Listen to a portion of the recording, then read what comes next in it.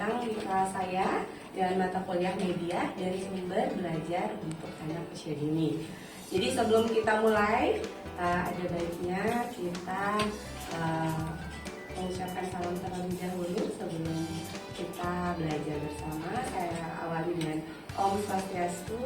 Om Swastiastu.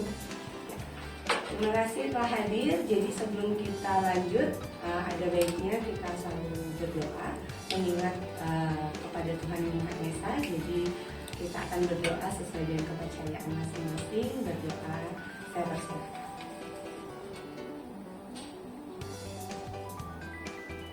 Berdoa selesai. Oke, apa kabar adik-adik? Baik, Bu. Sehat? Sehat.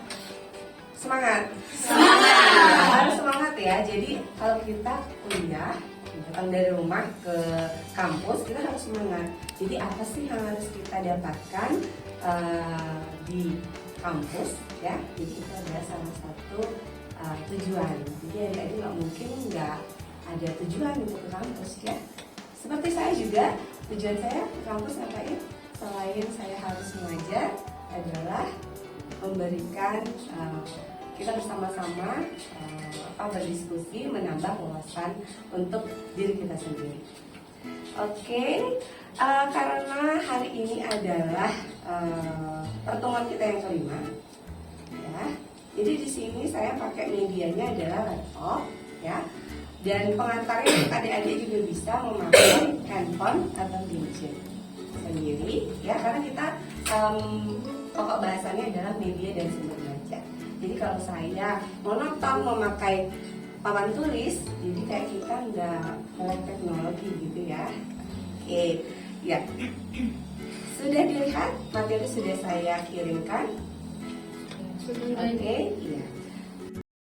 Oke, selanjutnya adalah tujuan pembelajaran, yakni selain adik-adik sebagai mahasiswa mampu dan paham fungsi dan manfaat dari media pembelajaran, tentunya adik-adik juga bisa memilah dan memilih mana media-media pembelajaran yang cocok digunakan untuk anak-anak usia dini. Oke, semua full tim ya, jadi saya suka dengan full tim, jadi emang semangat banget. Oke, kita lanjut ke slide yang pertama. Di sana adalah judul. Jadi materi yang akan kita bahas atau yang akan kita diskusikan bareng-bareng hari ini adalah tentang fungsi dan manfaat media dan sumber belajar, tentunya untuk anak usia dini karena kita adalah calon guru PAUD atau guru tapi kanak-kanak ya. Oke, nah sebelum kita lanjut ke apa sih fungsi dan manfaat, tentu kita akan berbincang sedikit ya tentang media dan sumber belajar yang baik itu yang seperti apa ya. Media dan sumber belajar yang baik itu yang seperti apa. Kira-kira ada yang mau beri pendapat nih sebelum kita lanjut?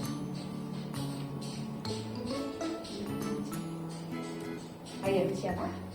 Saya. Oke, Mira. Menurut saya itu media dan sumber belajar yang cocok digunakan untuk anak usia dini itu kayak memberikan buku cerita itu dari buku cerita dari YouTube supaya anak-anak bisa melihat gitu. Oke, jadi media dan sumber belajar yang baik tentunya untuk anak usia dini adalah yang memiliki peran dan manfaat. Salah satunya kita pakai media YouTube ya. YouTube di sana ada audio visual namanya, jadi bisa melihat, bisa mendengar dan itu masuk ke perkembangan apanya anak usia dini. Fisik, motorik, apa? Fisik ya. Jadi matanya, kemudian pendengarannya. Oke, itu bagian dari fisik. Nah, kemudian media pembelajaran itu berperan untuk mampu mewujudkan tujuan dari pembelajaran. Jelas dengan adanya media pembelajaran yang menjadi tujuan pembelajaran itu akan bisa tercapai ya. Jadi sama kayak tadi kalian dari rumah tujuannya kalian itu adalah belajar ke kampus ya. Jadi medianya apa? untuk sampai ke kampus? Medianya apa? Buku tulis. Dari rumah ke kampus? Sepeda motor. Iya, sepeda motor. Oke, ada lagi. Uang bekal. Oh iya, uang bekal. Siapa tahu kita pakai bus metro itu ya, Metro Denpasar ya. Nah, Metro Denpasar itu adalah medianya untuk sampai ke kampus. Jadi membutuhkan uang. Ada lagi? Helm, iya. Jadi taat berkendaraan ya, tak berlalu lintas. Oke. Jadi seperti itu gambaran tentang media pembelajaran ya. Oke, kita lanjut ke slide yang berikutnya. Sudah dilihat di sana ada fungsi media pembelajaran. Ada beberapa peranan media pembelajaran menurut Ahmad Rohani, ya, di mana media pembelajaran mengatasi perbedaan pengalaman pribadi peserta didik, kemudian media pembelajaran mengatasi batas-batas ruang kelas, ya. Masih ingat bagaimana pandemi 2 tahun lalu, ya, itu membatasi banget kita dalam melakukan pembelajaran dengan tatap muka. Tetapi ada media-media atau platform yang digunakan untuk mengatasi hal-hal seperti itu, sehingga kita masih bisa untuk belajar bersama ya. Jadi kayak sekolah nggak tutup permanen yang seperti itu ya, cuma metodenya yang berbeda dari biasanya. Kemudian kita lanjut ke fungsi sumber belajar. Itu sama seperti media pembelajaran, sumber belajar juga memiliki peranan. Di antaranya ia menjembatani anak atau siswa untuk memperoleh pengetahuan atau menjembatani siswa untuk belajar. Kira-kira dengan nonton YouTube ya di laptop atau di handphone masing-masing, ada nggak pengetahuan atau wawasan yang bertambah dari anak-anak? Terlepas dari kontennya, ya, ada nggak? Ada. Kira-kira apa? Jadi dia belajar apa tuh dari YouTube? Suku kata. Oke, kosakata. Lagi? Nama-nama binatang. Oke, nama binatang. Jadi pengetahuan kognitifnya ya. Kemudian apa lagi? Karena dia berupa gambar, Warna. iya warna ya. Jadi kan menarik tuh dari YouTube ya. Apalagi kalau kontennya itu konten edukasi, jadi ada yang warna, misalnya mencampur warna kan, dia menarik seperti itu. Kemudian manfaat media pembelajaran secara umum adalah untuk memperlancar interaksi guru dan siswa, di mana dapat membantu siswa belajar secara optimal. Contoh nyata yang kita lakukan sekarang adalah di mana media, saya pakai laptop, adik-adik pakai handphone atau laptop yang pakai laptop, itu adalah media untuk memperlancar interaksi. Kalau misalnya saya ceramah aja tanpa memakai laptop dan adik-adik menyimak tanpa memakai handphone, ya, jadi itu interaksinya akan kaku dan kita perlu bisa untuk berimajinasi apa sih sebenarnya materi itu gitu. Tapi dengan adanya media ini interaksinya menjadi optimal ya. Jadi saya bilang apa ada di slide mana, adik-adik bisa lihat di gadget atau laptopnya sendiri. Oke? Kemudian manfaatnya adalah penyampaian materi pembelajaran dapat diseragamkan. Jadi antara baris di sini dengan baris di sana sama materi yang saya kasih ya. Kalau misalnya tidak memakai media, mungkin saya tulis gitu di papan tulis, hanya yang di sini aja yang mengerti, kemudian barisannya ya mungkin karena sudut pandang dan yang lainnya. Tetapi dengan bantuan media jadi seragam apa materi yang saya berikan. Oke. Kemudian proses pembelajaran menjadi lebih menarik. Menarik nggak? Jadi media itu misalnya PowerPoint yang saya share ke adik-adik adalah ringkasan dari materi dan menurut adik-adik itu menarik. Ya, bagaimana saya menyisipkan, adik-adik bisa lihat kan di sana menyisipkan gambar, ya, kemudian warna yang saya pilih, ya. Kemudian ada animasi-animasi. Nah itu akan menjadikan materi yang saya berikan kepada adik-adik itu menjadi lebih menarik. Sehingga sehingga adik-adik menjadi tertarik untuk aksi materi apa sih isinya seperti itu ya. Oke. Kemudian dengan bantuan media ini proses pembelajaran bisa di mana saja dan kapan ya. Misalnya saya ada kesibukan dan tidak bisa bertatap muka dengan kalian, jadi saya melakukan atau menggunakan metode pembelajaran yang dengan mengirimkan materi-materi dengan media misalnya PowerPoint atau ada di Google Classroom ya. Jadi kita tetap bisa kuliah tapi tidak tatap muka seperti itu, sehingga bisa terjadi pembelajaran itu di mana saja dan kapan saja ya. Sekarang mungkin kita sesuai dengan jadwal, tetapi pada saat kita tidak tatap muka itu mungkin waktunya tidur siang adik-adik bisa belajar, waktunya makan malam bisa sambil belajar. Nah itu namanya di mana saja dan kapan saja. Oke, sekarang saya inginkan untuk membuat kelompok ya. Jadi saya ingin berdiskusi secara kelompok ya. Jadi adik-adik tolong membuat 2 kelompok yang berbeda karena kita satu keyakinan ya. Dan di sini kebetulan wanita semua ya. Jadi kita tidak ada bercampur baur, tetapi saya yakin adik-adik tidak dari satu daerah yang sama. Ya, mungkin ada dari Denpasar, ada dari Tabanan, ada dari Bandung ya, dan itu artinya keberaneka-ragaman tempat tinggal, tapi kita satu tujuan untuk belajar bersama ya. Oke, silahkan dicari dulu temannya yang ingin dijadikan satu kelompok.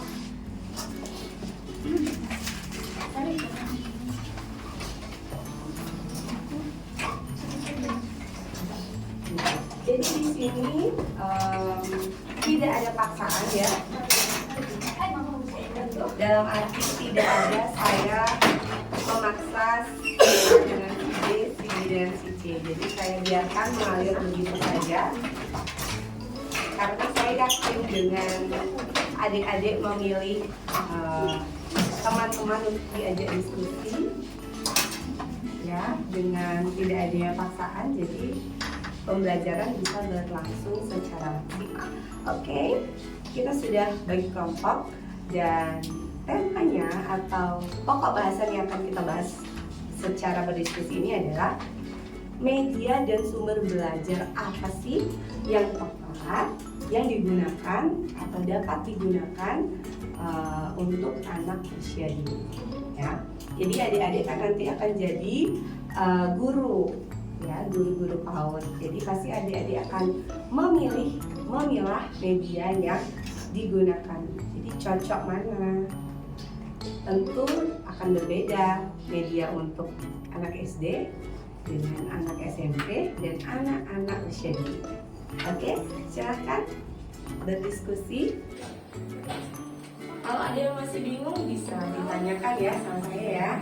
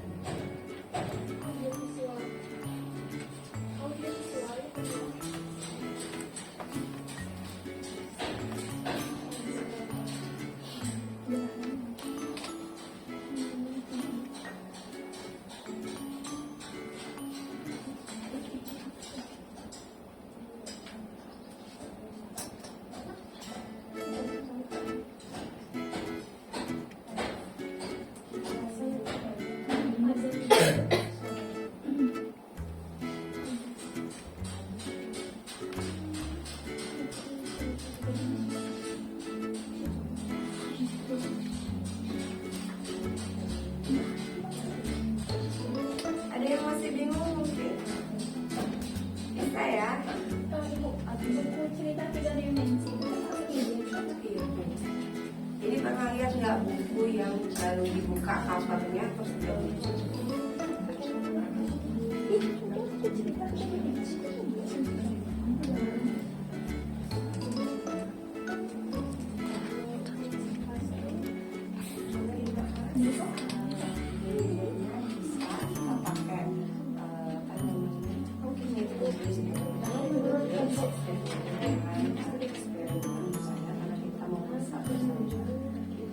Jadi sebenarnya dia untuk TKA mungkin belum bisa dimanapun, tapi untuk TKA dia bisa. Jadi kayak di tempat makan ya, itu ya. Paling dia cuma menaburkan yang gampang-gampang seperti itu. Nah di sana juga dia belajar bukti apa yang makanan yang dia makan terdiri dari apa ya, cara pembuatannya. Oke, bagaimana?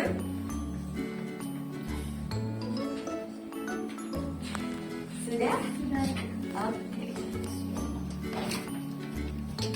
Iya.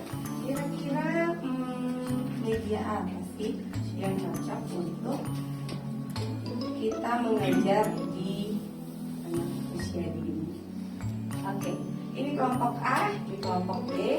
Jadi mau switch siapa yang duluan atau dengan kerelaan kasih switch. Ya, jadi adil dan beradab. Oke. Gunting batu kertas ya. Gunting batu kertas. Oke. Oke, selamat Faira. Oke, silakan. Jadi menurut saya Oke, silakan biar teman-temannya bisa dengan leluasa. Jadi menurut saya media dan sumber belajar apa yang cocok untuk anak usia dini itu menurut saya adalah media audio visual. Contohnya itu gerak dan lagu. Jadi anak-anak menjadi tahu. Contohnya kita mengajarkan gerak dan lagu ini misalnya seperti SPP kayak di putar-putar itu bisa mengedukasi anak-anak juga. Oke. Jadi diputar-putar dimaksud berarti mereka mengetahui arah kata angin atau arah ya kanan. Oke. Kalian tahu nggak sih lagu yang Jangan nangis putarlah ke kiri. Senam. Iya, senam ya itu ya. Nah, itu bisa dijadikan media. Jadi itu adalah bagaimana kita mengajarkan arah kepada anak-anak ini ya. Jadi kan dengan gerak dan lagu itu kan ke kiri ya. Ya, oke, ke kanan. Oh, jadi anak-anak kanan itu mana kanan ini? Oh ya, ya seperti ini dia berputar ya. Kiri mana seperti ini, seperti itu ya. Jadi bagaimana audiovisual juga cocok untuk anak usia. Oke, ada lagi silahkan. Audiovisual sudah. Ada yang mau menambahkan dari kelompok A?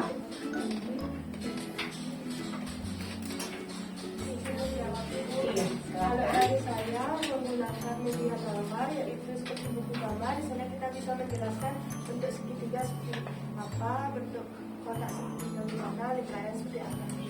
Oke, segitiga. Oke, artinya geometri yang kita gambar seperti itu ya. Oke, itu masih cara termasuk cara yang konvensional ya. Cara konvensional. Jadi memang kalau dari dulu, mungkin dari zamannya saya dulu TK pakai gambar ya. Jadi media gambar, kertas bergambar. Jadi kita tinggal menebalkan kah, tinggal mewarnai kah, dan menyebutkan itu bentuknya apa ya. Oke, cocok nggak untuk anak usia dini? Cocok. Oke. Ada lagi dari kelompok A yang mau menambahkan? Sudah cukup. Kita lanjut ke kelompok B sekarang. Kelompok B silakan. Baik, jadi media atau sumber apa yang cocok untuk anak usia dini? Itu yang pertama itu ada metode karya wisata, yaitu contohnya itu berkunjung ke kebun binatang. Setelah itu ada audio visual, itu gerak dan lagu melalui video.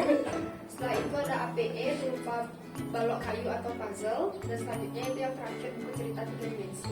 Oke, tadi karya wisata, kemudian gerak tari dan lagu. Jadi yang mana adalah APE ya. Seperti yang kita ketahui adalah media, kalau kita membicarakan tentang media pembelajaran, APE itu adalah salah satu contoh. Ajaran APE apa? Alat permainan edukatif ya. Di sana dikatakan dari kelompok B adalah APE balok kayu. Kalian bisa berimajinasi tentang APE tersebut seperti apa? Bisa? Oke. Balok kayu, APE balok kayu itu seperti Bisa kalau bentuk balok. Kayaknya kan bentuk-bentuk itu boleh ada yang bentuk geometris kan. Sekarang kan dia beraneka macam warna, misalnya kita minta tolong sama anak-anaknya buat misalnya mau gambar warna hijau, warna merah. Oke. Jadi itu adalah balok-balok ya, balok ada yang persegi panjang, ada yang persegi, kemudian ada geometri yang segitiga sama sisi sama kaki ya. Dan itu akan anak-anak pakai untuk belajar. Ceritanya mau buat apa? Mau buat mobilan gitu misalnya. Dia akan rangkai, dia akan susun itu balok-balok. Kemudian mau buat apa? Mau buat rumah, gedung gitu misalnya ya. Segitiganya adalah gentengnya, kemudian persegi panjangnya adalah tiangnya ya. Perseginya adalah lantainya atau dasarnya. Ya, bisa dipahami ya? Bisa. Cocok ya? Untuk anak Cocok. Oke.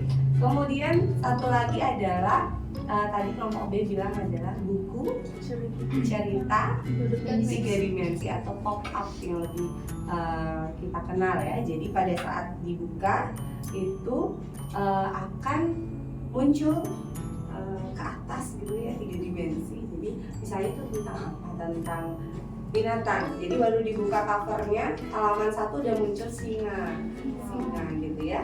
Nah itu bisa dijadikan media untuk sarana belajar atau media pembelajaran untuk anak-anak usia dini.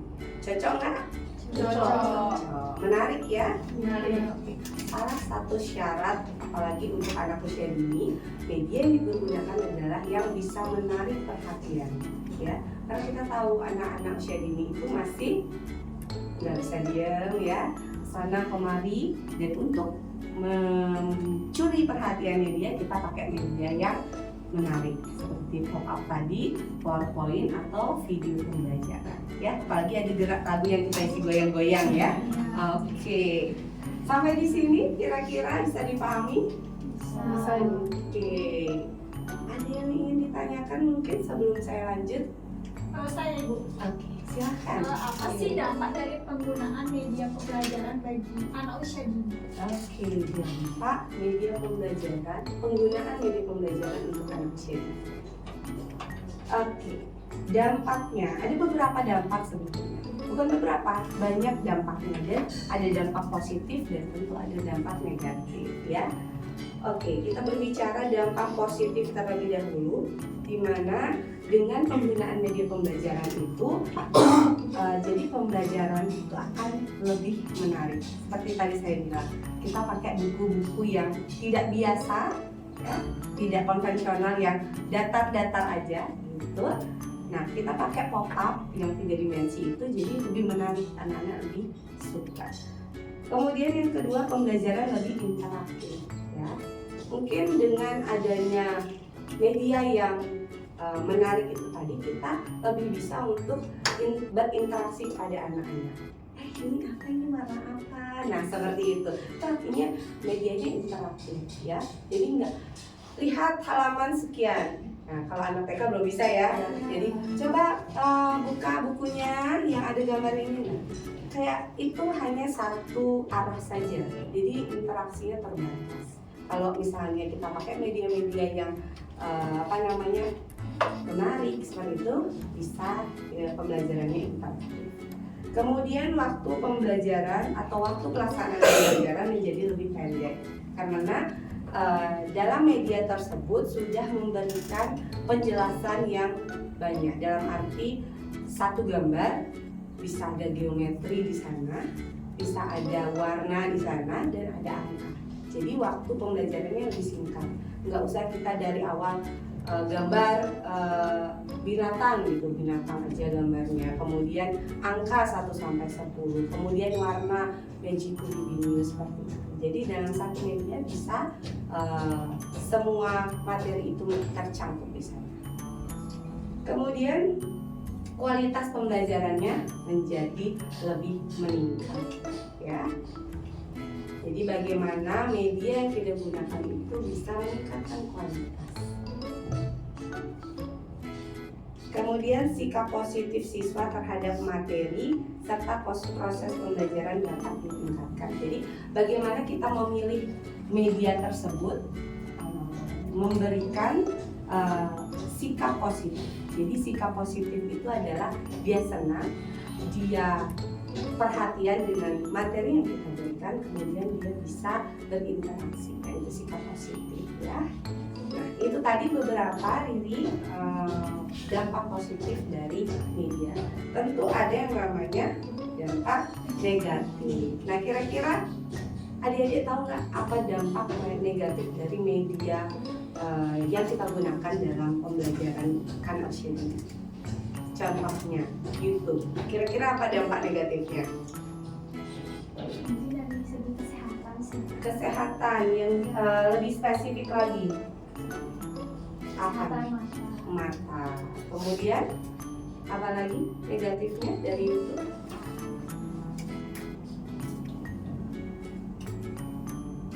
Jadi pegel, ya. Jadi karena dia hanya terpaku pada satu posisi, ya, yang membuat bagaimana fisiknya menjadi tidak bergerak aktif, ya, yang membuat pegel-pegel. Kemudian apa lagi dampak negatifnya? Kadang-kadang pernah lihat nggak yang sekarang kita putar video pembelajaran atau yang konten ada edukasinya, kemudian tiba-tiba ada iklan, atau next videonya adalah konten-konten yang berisi tentang perjalanan, ya, kemudian challenge, ya, dan itu akan membuyarkan konsentrasi anak-anak yang tadinya mau belajar, kemudian tersisiplah konten-konten yang lebih menarik dan itu membuat buyar konsentrasi. Nah, itu beberapa negatifnya dari media pembelajaran, ya. Jadi kalau kita berbicara media, nggak selalu positif yang kita terima, pasti ada negatif. Tetapi bagaimana kita bisa memilah biar positifnya yang lebih maksimal daripada negatifnya. Oke, bisa dipahami? Bisa. Oke, ada lagi silahkan. Saya Ibu. Oke, Saya ingin bertanya Ibu, jika pandemi, kan waktu ini kita dilanda pandemi ya, terus jika pandemi itu datang lagi, media pembelajaran yang bagus untuk anak-anak di masa itu apa ya? Oke. Jadi bagaimana kalau misalnya pandemi datang lagi, ya, kalau kemarin kita ada COVID-19 mungkin, tapi saya tidak akan berdoa untuk itu ke depannya. Siapa tahu ada pandemi apa ya, bukan mungkin COVID 2024 gitu misalnya, ya kan? Jangan iya, kalau saya berdoa tidak terjadi hal seperti itu, tapi kita nggak tahu karena masa depan adalah apa? Tanda tanya, ya, rahasia, ya. Oke. Jadi kalau misalnya kita kembali lagi dihadapkan dengan suatu pandemi yang membuat kita tidak bisa bertatap muka lagi, tidak bisa belajar seperti ini, ya. Jadi kira-kira media yang kita butuhkan adalah media yang bisa diakses kapan saja dan di mana saja, yang bahasa kerennya adalah media online, ya. Salah satu contohnya adalah saya pakai media YouTube, dari platform YouTube, ya. Jadi bagaimana kita mengajarkan anak-anak, salah satunya adalah membuat alat musik maracas untuk anak-anak usia dini. Jadi silahkan, saya sudah share linknya. Oke, saya akan contohkan sedikit. Ya, kebetulan link adalah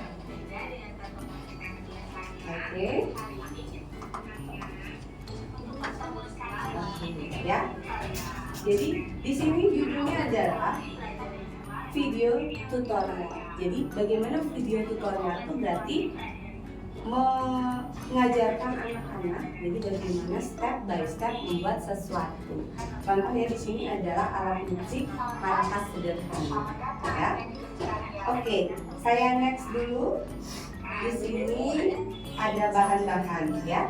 Bisa dilihat, ya. Di sini ada bahan, ya. Bahan apa yang diperlukan. Nah, jadi kita bisa menggunakan alat-alat yang ada di sekitar gitu misalnya ya. Kalau saya pakai di sini adalah botol Yakult, ya. Jadi itu kan kita habis minum Yakult dicuci bersih, kita bisa pakai itu untuk membuat satu alat musik sederhana, ya. Kemudian bagaimana kalau kita berbicara video tutorial, berarti bagaimana diajarkan, ya, step by stepnya, dari lipat kertasnya, gunting kertasnya buat pola, kemudian menempel dan sebagainya, sampai pada akhirnya adalah suatu produk. Tahap selanjutnya adalah kelas Oke, PAUD. nah ini adalah produknya, ya, yang sudah bisa. Menarik seperti ini. Iya. Ini adalah contohnya, ya. Jadi bagaimana kita memberikan pembelajaran atau materi kepada anak-anak kita di sekolah, di rumah, ya. Jadi bagaimana membuat maracas atau alat musik maracas yang sederhana, ya. Jadi bagaimana adik-adik sebagai calon guru itu dituntut untuk berinovasi, ya, berkreativitas, ya. Salah satunya dengan membuat video pembelajaran, materinya apa saja bebas dan bisa diakses di mana saja, kapan saja. Seperti itu, ya. Tapi mudah-mudahan pandemi nggak ada lagi, karena bagaimanapun juga manusia adalah makhluk sosial yang tidak bisa hanya bersosialisasinya lewat kaca, ya. Cara online kita butuh yang namanya kebersamaan, cerita di sini, berdiskusi bareng-bareng, ya, bertatap muka. Artinya ada kontak fisik, ya, fisik gitu, ya. Oke. Kadang-kadang suka mengganggu, ya, kayak colek-colek temannya. Nah itu kita butuh yang seperti itu, ya. Dan itu adalah saya anggap itu adalah satu media, colek-colek itu untuk mengungkapkan bahwa kita care, ya, dan kita adalah makhluk sosial yang tidak bisa hidup sendiri. Oke? Iya. Jadi seperti itu adik-adik untuk materi kita pada pertemuan hari ini. Sebelum tutup, bagaimana kalau kita mendengarkan kesimpulan apa yang adik-adik bisa tarik dari pertemuan hari ini. Gak usah panjang-panjang, mungkin 1-2 kalimat, ya. Silahkan, apa yang kalian petik dari materi pada siang hari ini tentang media. Cukup 1-2 kalimat atau satu orang 1 kalimat yang sudah bisa mencakup semua materi. Silakan. Oke, silakan.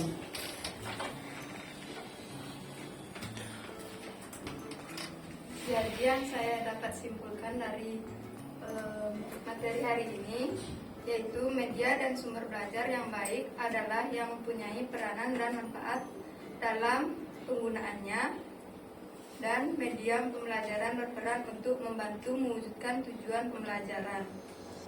Seperti itu. Oke. Terima kasih. Ya. Jadi bagaimana media itu dapat menghantarkan materi yang ingin kita ajarkan kepada anak didik kita, dan media bisa mewujudkan tujuan pembelajaran, ya. Jadi begitu besar peran media dalam pembelajaran sehingga diharapkan sekali untuk memakai media dalam bagaimana kita melakukan proses belajar mengajar kita, ya. Medianya boleh terserah adik-adik, yang penting cocok untuk anak usia dini. Oke, baik. Kita sudah sampai di kesimpulan dan tanya jawab sudah, diskusi sudah. Jadi hari ini saya cukupkan dulu pertemuan hari ini, ya. Dan kita akan ketemu lagi minggu depan dengan materi yang berbeda tentunya, tapi yang saya harapkan adalah semangat yang masih tetap sama, semangat yang membara. Oke? Oke. Jadi kita bisa duduk ke depan dulu ya, sebelum kita menutup pertemuan hari ini. Sudah. Baik, adik-adik, terima kasih telah hadir dalam kelas saya. Terima kasih telah menyimak semua materi yang saya berikan hari ini. Tadi kita awali dengan doa dan kita akan tutup juga perjumpaan hari ini dengan doa. Baik, saya akan pandu. Kita akan berdoa sesuai dengan keyakinan kita masing-masing. Berdoa bersama.